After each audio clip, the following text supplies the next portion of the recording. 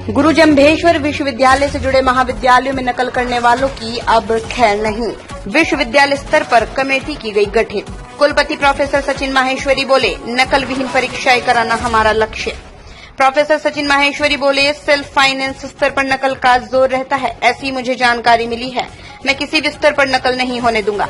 नकल विहीन परीक्षा गुरु जम्भेश्वर विश्वविद्यालय के हित में है, बोले कुलपति। अगर नकल करके कोई डिग्री प्राप्त की जाती है तो उसका कोई महत्व नहीं होता। प्रोफेसर सचिन माहेश्वरी गुरु जम्भेश्वर विश्वविद्यालय में परीक्षा के दौरान फर्जी परीक्षा सेंटर इंचार्ज नहीं बनेंगे। कुलपति विश्वविद्यालय भविष्य में 35 नए पाठ्यक्रम संचालित करने पर कार्य कर रहा। गुरु जम्भेश्वर विश्वविद्यालय में कैंपस स्तर पर 11 विषयों में मास्टर कोर्स की शुरुआत। खबर अमरोहा से है, जहां गुरु जम्भेश्वर विश्वविद्यालय मुरादाबाद के कुलपति प्रोफेसर सचिन माहेश्वरी ने JS Hindu PG college Amroha में की प्रेस वार्ता। विश्वविद्यालय में परास्नातक कक्षाओं के लिए ऑनलाइन प्रवेश पंजीकरण 16 अगस्त से प्रारंभ हो चुकी है, जिसकी अंतिम तिथि 31 अगस्त है। विश्वविद्यालय अभी chemistry, environment science, music and sound arts, भूगोल, गणित आदि 11 विषयों में परास्नातक पाठ्यक्रम प्रारंभ कर रहा है। विश्वविद्यालय भविष्य में 35 नए पाठ्यक्रम संचालित करने पर कार्य कर रहा है। इन पाठ्यक्रमों में राष्ट्रीय शिक्षा नीति 2020 की भावनाओं के अनुरूप रोजगार आवश्यकता और कठिनाइयों को भी ध्यान में रखा जाएगा। विश्वविद्यालय अवसंरचना एवं संसाधनों में इजाफा होने पर भविष्य में मेडिकल और कृषि विज्ञान के पाठ्यक्रम भी शुरू करेगा। स्नातक स्तर पर प्रवेश पंजीकरण से छूटे हुए विद्यार्थियों को एक अंतिम अवसर विश्वविद्यालय द्वारा दिया गया है। उनके लिए प्रवेश पंजीकरण की अंतिम तिथि 20 अगस्त निर्धारित की गई थी। कुलपति महोदय ने सभी विद्यार्थियों से अपील करते हुए कहा, वो अंतिम तिथि की प्रतीक्षा किए बिना यथाशीघ्र प्रवेश कर लें। विश्वविद्यालय द्वारा सत्र में प्रवेश, शिक्षण एवं परीक्षा आदि सभी कार्य अकादमिक कैलेंडर के अनुसार ही चलेंगे। विश्वविद्यालय कैंपस एवं संबद्ध कॉलेजों में गुणवत्तापूर्ण, रोजगार परक, शोध परक, समाजोपयोगी शिक्षा प्रदान की जाएगी। विश्वविद्यालय परिसर एवं संबद्ध महाविद्यालयों में ट्रेनिंग एवं प्लेसमेंट सेल का गठन किया जाएगा। कुलपति प्रोफेसर सचिन माहेश्वरी ने कहा कि विश्वविद्यालय स्तर पर प्राप्त शिकायतों का त्वरित निस्तारण सुनिश्चित किया जाता है। विकसित भारत के निर्माण के लिए उच्च शिक्षा की महत्वपूर्ण भूमिका है। पत्रकार वार्ता के अंत में मेजबान महाविद्यालय की प्राचार्य प्रोफेसर वीर वीरेंद्र सिंह ने कुलपति प्रोफेसर सचिन माहेश्वरी, कुल सचिव गिरीश कुमार द्विवेदी को स्मृति चिन्ह भेंट कर अभिनंदन किया। Doctor Narendra Singh, Amroha, UP. हम लोग नकल विहीन परीक्षा के लिए तत्पर रहेंगे और उस क्रम में हम जितने भी गवर्नमेंट या गवर्नमेंट एडेड कॉलेजेस हैं, क्योंकि नकल मुख्यतः मुझे जो ये बताया गया है कि सेल्फ फाइनेंसिंग इंस्टीट्यूशंस में इसका काफी ज्यादा जोर है। देखना पड़ेगा। अभी हम लोग ब्रेनस्टॉर्मिंग सेशंस करेंगे सारे प्राचार्य महोदयों के साथ, जो कि अनुदानित कॉलेज के प्राचार्य हैं, अनुदानित कॉलेज के शिक्षकों के साथ, क्योंकि अगर जो गवर्नमेंट और गवर्नमेंट से सैलरी पाने वाले शिक्षक हैं, उनसे हम आग्रह करेंगे कि वो हमारे इस काम में सहभागी बने। सर, अगस्त, चूंकि आपने 30 अगस्त के आसपास शायद पीजी की डेट रखी है, 31 अगस्त, लेकिन रोहिलखंड यूनिवर्सिटी में अभी भी मतलब चूंकि ग्रेजुएशन कोर्सेज के कुछ के जो है रिजल्ट नहीं आए हैं, तो फिर एडमिशन पर नहीं लग रहा कि उसका फर्क पड़ेगा? एडमिशन पे बिल्कुल। अगर आपके आसपास के विद्यालयों में जहां से आपको फीड मिलना है, जहां से आपको बच्चे मिलने हैं, अगर वहां पे रिजल्ट नहीं आता है तो एडमिशन पर तो फर्क पड़ता ही है। एडमिशन के अलावा अगले आने वाले सेशन पे फर्क पड़ता है, आने वाले सेशन पे फर्क पड़ता है। और अगर आप कहीं सोचिए कि अगर कोई प्रोफेशनल कोर्स है तो ट्रेनिंग एंड प्लेसमेंट पे फर्क पड़ेगा, और ये क्रम चलता रहता है और उससे बहुत नुकसान होता है। तो हम आग्रह करते हैं और अपेक्षा करते हैं कि जो भी विश्वविद्यालय हमारे आसपास हैं, चाहे वो रोहिलखंड हो, चाहे वो चौधरी चरण सिंह यूनिवर्सिटी हो, चाहे वो गुरुकुल कांगड़ी हो, उन लोगों का सबका रिजल्ट निकल जाएगा, ऐसी हम आशा करते हैं। और अगर अभी तक नहीं निकला है तो वो लोग एक्स्ट्रा एफर्ट मारेंगे और न केवल हमारे विश्वविद्यालय को, वो अपने स्वयं के विश्वविद्यालय को सेशन लेट होने से बचा पाएंगे। सर, कि सेशन लेट होना किसी के भी हित में नहीं है। सर, यूजी में चूंकि रजिस्ट्रेशन भी हो गए हैं, एडमिशन हो चुके हैं, लगभग आपने बताया कि 1 लाख के आसपास एडमिशन हो चुके हैं। अब जो अगला मिशन है वो एक तरह से परीक्षा का होगा, जो सबसे बड़ी परीक्षा आपके सामने आने वाली है जी, परीक्षा आप लोग कराएंगे। अब उसमें सबसे बड़ा जो कारण होता है, जो पूर्व में रोहिलखंड यूनिवर्सिटी में रहा, वो नकल को लेकर रहा। बड़ा स्तर पर नकल होती है और लेकिन वो रोक ही नहीं गई आज तक। कैसे आप क्या प्रयास करेंगे? देखिए, रोकना, नकल रोकी नहीं गई। अब मैं आपकी इस बात से पता नहीं सहमत हो पाऊंगा कि नहीं, क्योंकि मुझे पता नहीं। ऐसा मेरा मत है कि कोई भी यूनिवर्सिटी का एडमिनिस्ट्रेशन, जो भी जिम्मेदार एडमिनिस्ट्रेशन है, वह नकल विहीन परीक्षा के लिए तत्पर रहना चाहिए। हम लोग नकल विहीन परीक्षा के लिए तत्पर रहेंगे और उस क्रम में हम जितने भी गवर्नमेंट या गवर्नमेंट एडेड कॉलेजेस हैं, क्योंकि नकल मुख्यतः मुझे जो ये बताया गया है कि सेल्फ फाइनेंसिंग इंस्टीट्यूशंस में इसका काफी ज्यादा जोर है। देखना पड़ेगा। अभी हम लोग ब्रेनस्टॉर्मिंग सेशंस करेंगे सारे प्राचार्य महोदयों के साथ, जो कि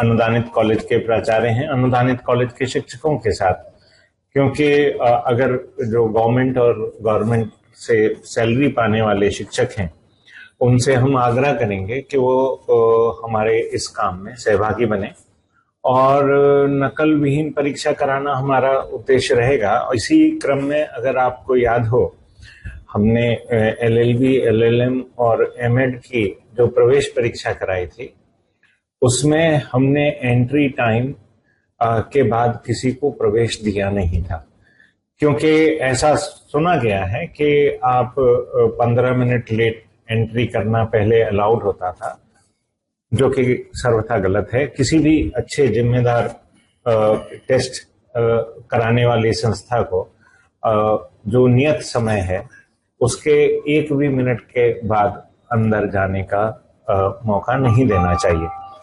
तो इस कारण से मैं ये आग्रह करता हूं बाकी सारे अनुदानित और गवर्नमेंट कॉलेजेस से कि वो हमें आइडिया दें कि कैसे नकल विहीन परीक्षा करा सकते हैं, कैसे हम सेंटर्स लगा सकते हैं, और इस क्रम में हमको अगर कैमरे भी लगाने हैं तो कैसे कैमरे लगाने हैं, कहाँ कैमरे लगाने हैं, ये सारी चीजें जैसे ही हमारे पास आ जाएंगे रिकमेंडेशन हम लोग करेंगे। नकल विहीन परीक्षा की बात कर रहे हैं। मलियाबाद के विधायक है जय देवी जी, उन्होंने 1700 जो शिक्षक हैं सेल्फ फाइनेंस वाले, उनका बायोडाटा भी बैंक नहीं कर पाई है सरकार। बायोडाटा क्या नहीं कर पाए? सेल्फ उनका डाटा कलेक्ट नहीं कर पाई है, बैंक नहीं कर पाई है। देखिए, अभी किसने क्या किया, चिट्ठी लिखी उन्होंने, किसने क्या किया, हम दूसरे के लिए जिम्मेवार नहीं है, हम केवल अपने लिए जिम्मेवार हैं। अगर मैं कहूं कि इस पूरे प्रकरण में शायद हमें अंदर से ही एक होलिस्टिक फीलिंग होनी चाहिए कि हमें अग्रसर होना है, वरना जो चाहता है 1700 बड़ी संख्या, ये पता नहीं कि शिक्षक है या नहीं है वो जी, का बैंक नहीं कर पाई सरकार तक, तो फिर कैसे नकल? देखिए, मैं सरकार क्यों नहीं कर पाई उसके कुछ कारण रहे होंगे, और कुछ हम लोगों की सभी की आपस में मिली भगत भी रही होगी। मैं इस बात से भी नहीं नकार सकता, क्योंकि जब हमको यहाँ पर आकर मुझे पता चला है कि कुछ लोग अनुदानित कॉलेज हैं लेकिन अपनी जगह के लिए विधायक है जय देवी, उन्होंने गवर्नर से को चिट्ठी लिखी है इस संबंध में।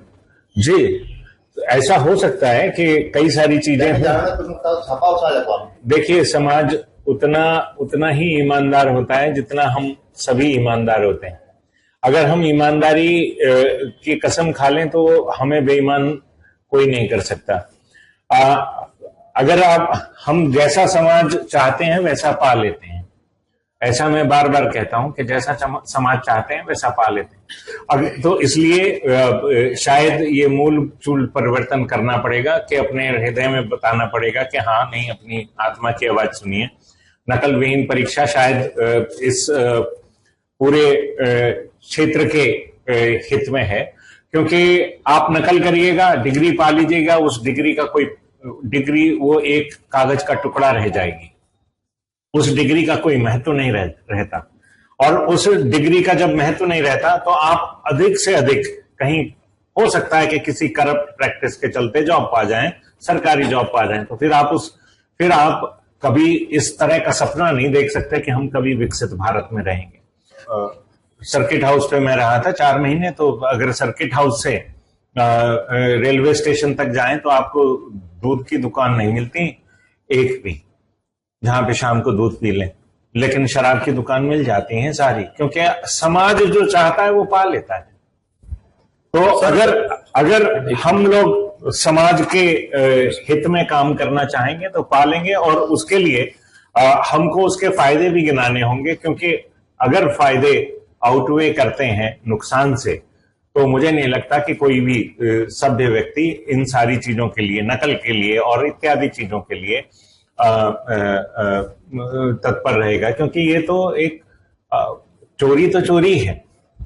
सर एक्चुअली जो सर ने जिक्र किया महेंद्र जी ने, 7700 टीचर्स नहीं, वो 7700 डिग्री कॉलेज है पूरे प्रदेश में जी। उनका जो डाटा है शिक्षकों का, वो ऑनलाइन आज तक नहीं हो पाया है, क्योंकि प्रदेश भर में लगभग 90% स्वायत्त पोषित कॉलेज हैं, 10% सरकारी कॉलेज हैं।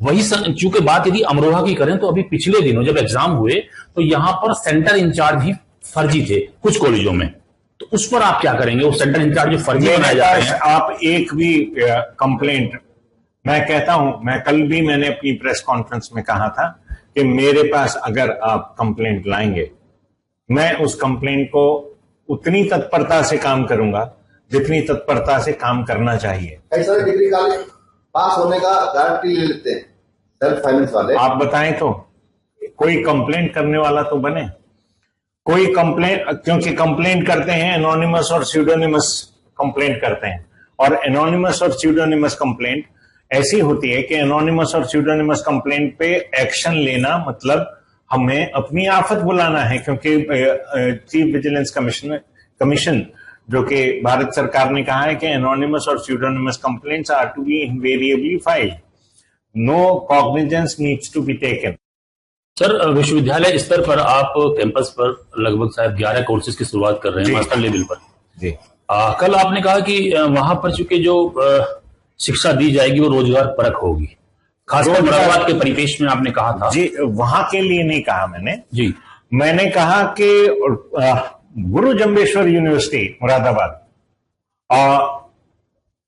अब न केवल कैंपस में रोजगार परक शिक्षा की बात करता है, अपितु वो सारे अनुदानित कॉलेज, सारे सेल्फ फाइनेंसिंग कॉलेज, सारे कॉलेजेस में मैं यह आशा करता हूं कि वो शिक्षा का कोई उद्देश्य होना चाहिए, और उस शिक्षा का जो उद्देश्य होना चाहिए वो रोजगार तो लाना ही चाहिए उसको। अगर रोजगार नहीं है तो रिसर्च के लिए जाना चाहिए, रिसर्च नहीं है तो समाज के लिए सुधार में लगना चाहिए।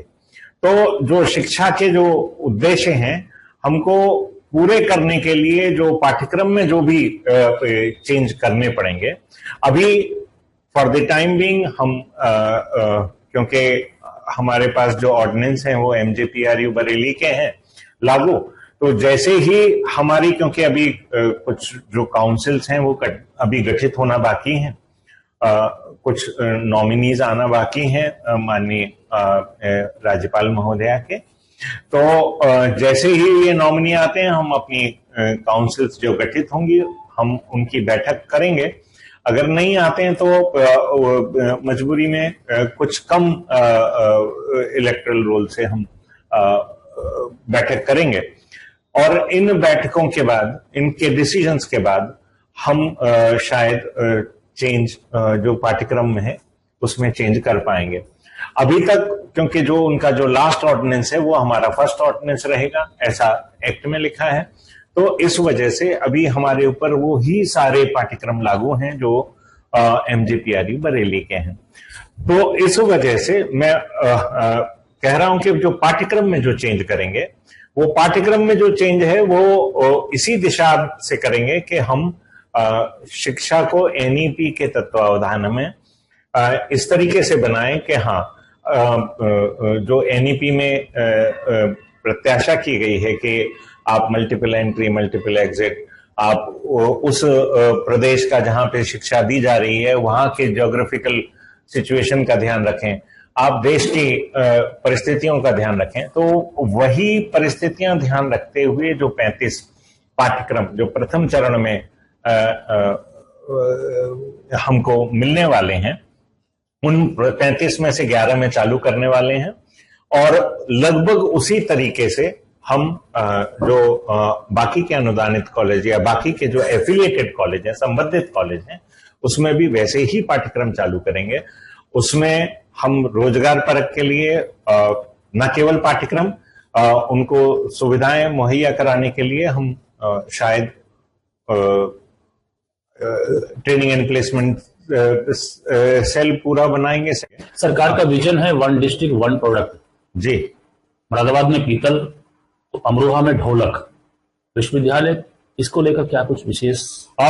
देखिए, मुरादाबाद में पीतल, अमरोहा में ढोलक, हर एक के लिए आपके अगर आप वेबसाइट पे जाएंगे तो आपके पास हर विधा के लिए कोर्स है। अगर आप पीतल के लिए जाएंगे तो देखेंगे कि आपको सरफेस कोटिंग से रिलेटेड MSc केमिस्ट्री है। अगर आप एनवायरनमेंट के लिए जाएंगे, जो कि पीतल से ही काफी सारा जुड़ा हुआ है, क्योंकि जो पीतल इंडस्ट्री है वहां पे ही ई वेस्ट के लिए वो एक्सट्रैक्ट करते हैं प्रीशियस मेटल, तो एनवायरनमेंट के लिए भी वहां पर है। हमने एक कोर्स किया है। अगर आप ढोलक की बात करते हैं तो म्यूजिक एंड साउंड आर्ट्स किया है। और जब साउंड आर्ट्स में बात करते हैं तो अगर आपको पता हो तो जो वीणा है, वीणा बनाने वाले अलग कलाकार होते थे और उसमें उनको बिल्कुल ठीक से पता होता था कि कहां पर उनको कितना बड़ा छेद करना है जिससे कि स्वर कैसा निकलेगा।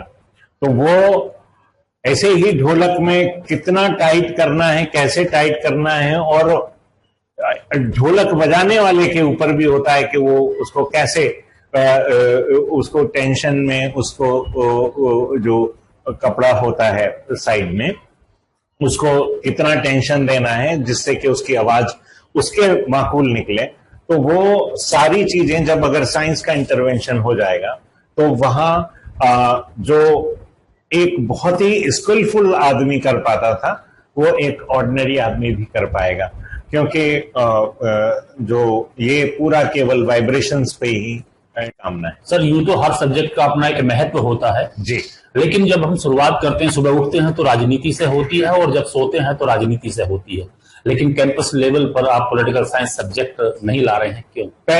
अभी देखिए, अभी कुछ मजबूरियां होती हैं।